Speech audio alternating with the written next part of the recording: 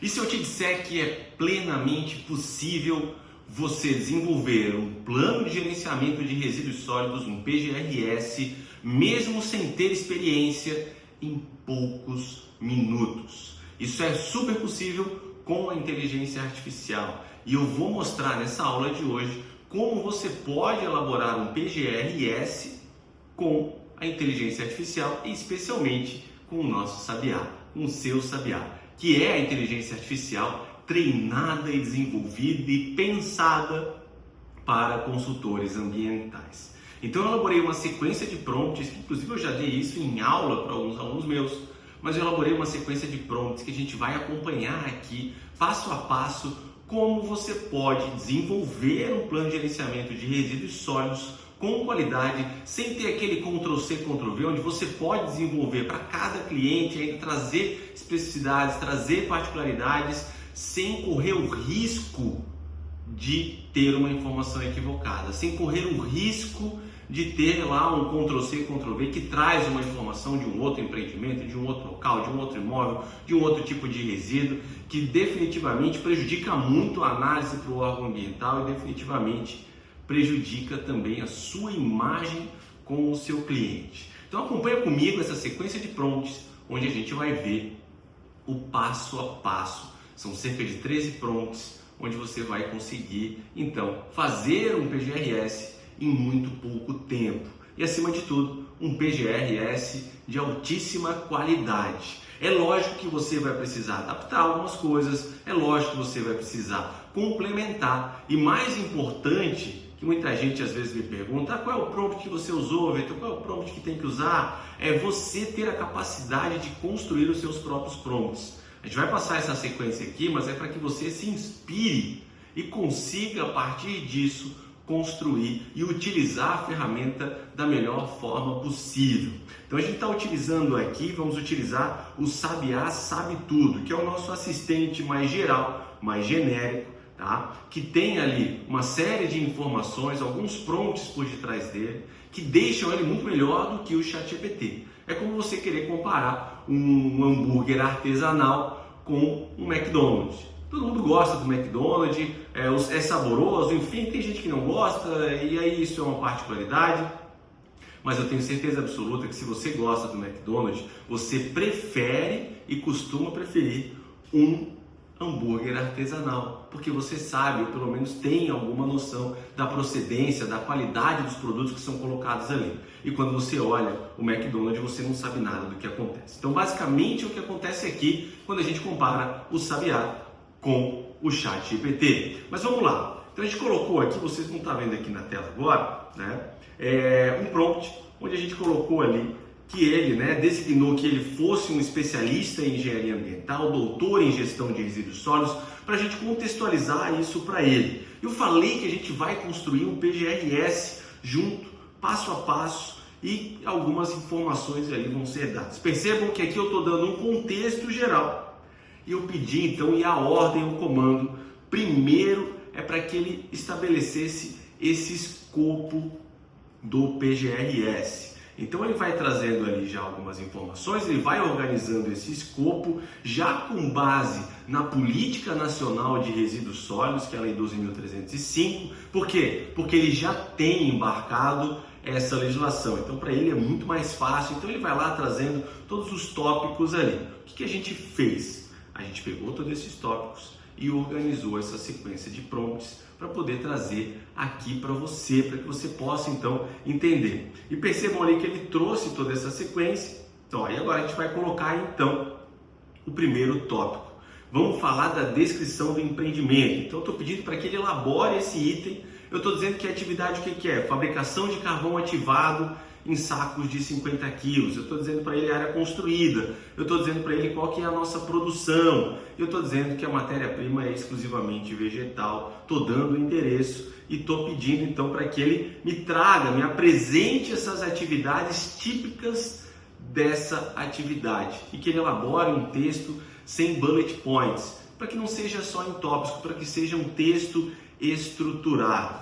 Então, a partir desse prompt, a gente começa ali, então, a ter essa caracterização do empreendimento. Porque, provavelmente, talvez você nunca tenha lidado com esse tipo de atividade. É muito importante, a inteligência artificial nesse ponto vai te auxiliar. Então ele traz ali, né, a série de etapas ali que o carvão ativado, ele é resfriado, né, ele vai o passo a passo ali da atividade. É lógico que é sempre importante, eu sempre recomendo que você valide essas informações muitas vezes com o empreendedor.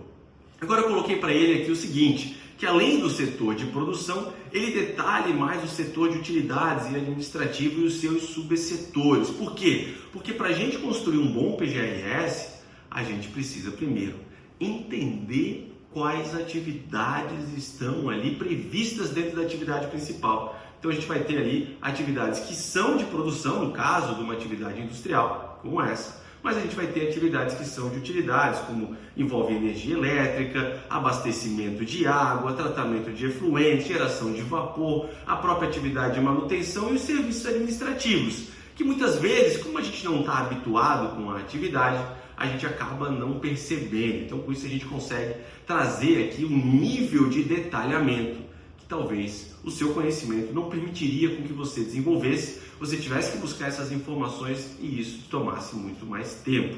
Agora eu pedi para que ele listasse todos os setores e subsetores da empresa em um quadro.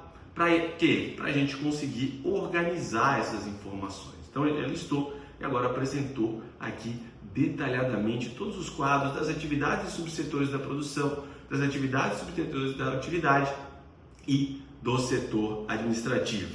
Ou seja, caracterizamos, já temos uma ideia. Agora, com base nessas informações, eu pedi para que ele então elaborasse o diagnóstico de resíduos sólidos, contemplando o quê? Identificação e caracterização dos resíduos, origem, volume e composição dos resíduos, passivos ambientais associados a cada resíduo, identificação dos resíduos perigosos e não perigosos, né? Quais os resíduos gerados por cada setor e subsetor, e aí o comando considere os resíduos então para cada setor. E aí ele vai nos dando ali informações da caracterização, da origem, né, e volume e composição desses resíduos. Então dentro do setor de produção ele está dizendo que a gente vai ter a matéria-prima, ele está dizendo então que a gente vai ter resíduos de cinza e da própria carbonização, os resíduos da ativação, o próprio carvão em pó que não vai ser utilizado, né? Ele vai para o setor de utilidades, ele vai para o setor administrativo, mostra os passivos ambientais de cada um e mostra os resíduos gerados então na produção, na utilidade e no administrativo. Então ele faz um apanhado geral a partir do quê? Dos comandos. Nós temos contexto, nós demos para ele o comando e nós demos algumas características e informações que nós precisávamos. E a partir disso, então, ele gerou essas informações. E aí agora a gente vai para o próximo item, que é o gerenciamento dos resíduos sólidos.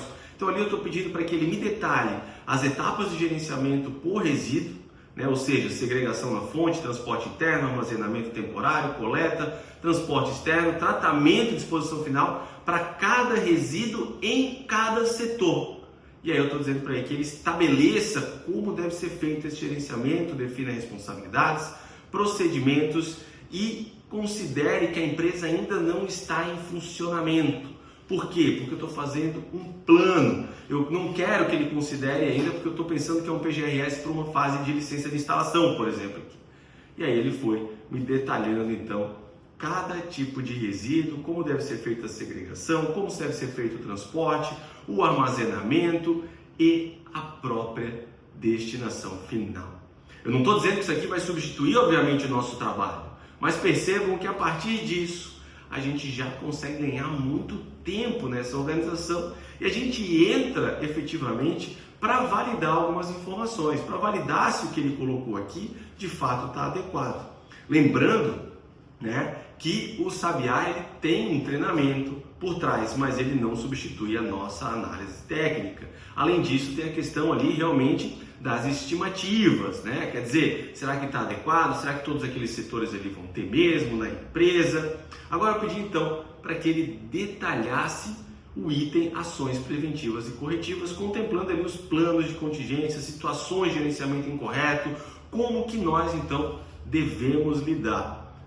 E aí ele nos trouxe então informações para esse esses comandos, né? Então percebam que ele vai carregando ali, o Sabiá ele carrega tudo, depois ele organiza a formatação. Então ele traz ali esse plano de contingência, né? Traz todas as informações a partir do prompt que a gente colocou, né? A partir do prompt que a gente colocou. Então, a partir desse prompt, a gente consegue então ter essas informações. Agora eu pedi para que ele então elaborasse de maneira detalhada as metas e os procedimentos de minimização e reutilização, trazendo estratégias para redução, os programas de reutilização e reciclagem e indicadores de desempenho. E aqui eu estou complementando para ele que ele não apresente também os bullet points, porque a gente não quer tudo em tópicos, né? A gente quer um texto mais fluido, um texto agradável de se ler.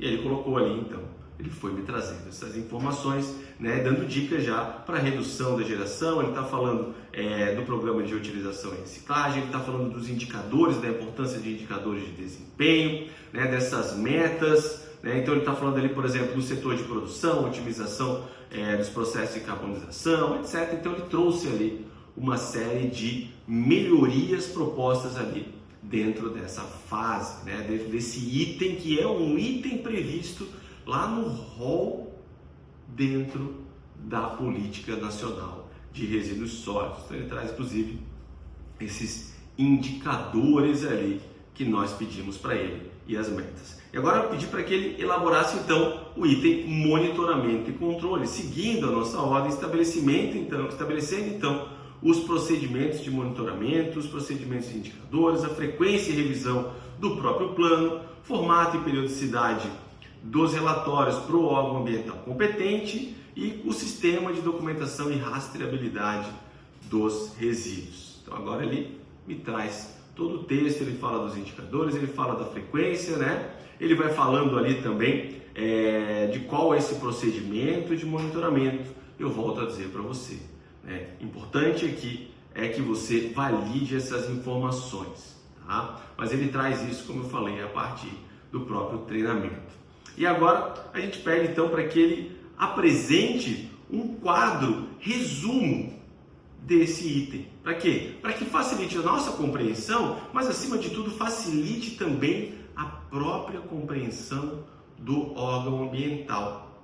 Para que o órgão ambiental, ao analisar o estudo, ele possa compreender de uma melhor maneira. Então, quando a gente coloca algo em texto, depois organiza em tabela, isso fica muito mais claro, porque afinal de contas, licenciamento ambiental é uma questão técnica, mas também é uma questão de comunicação. E por fim eu peço para que ele então elabore um resumo contemplando as principais ações e compromissos, né, uma tabela com os resíduos gerados, forma de armazenamento, setor de geração, né? Então, para quê? Novamente, para recapitular tudo aquilo que a gente já falou até agora, mas também para organizar as informações. Então ali nessa tabela ele aparece todos os resíduos que a gente identificou e que novamente a gente precisa validar, né? O setor de geração, o volume estimado em toneladas por mês e qual vai ser a destinação final e as formas de armazenamento. Então aqui é importante a gente novamente, né, até para a gente compreender e validar as informações,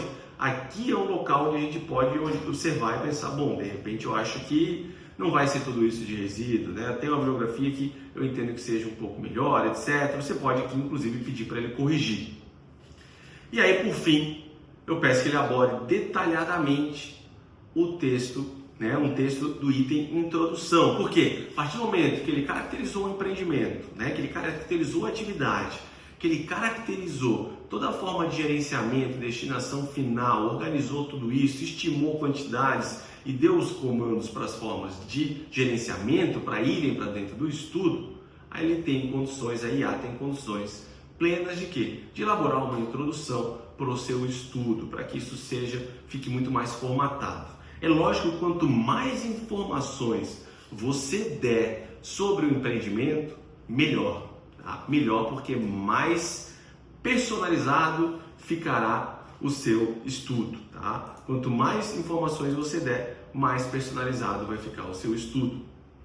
E acima de tudo, você consegue ter um resultado muito melhor. Tá? Eu sei que essa sequência aqui a gente passou bastante corrido, mas é para que você tenha uma plena noção em muito pouco tempo do poder que você tem nas mãos ao utilizar o Sabiá. Porque o Sabiá está treinado para a gente que é consultor ambiental.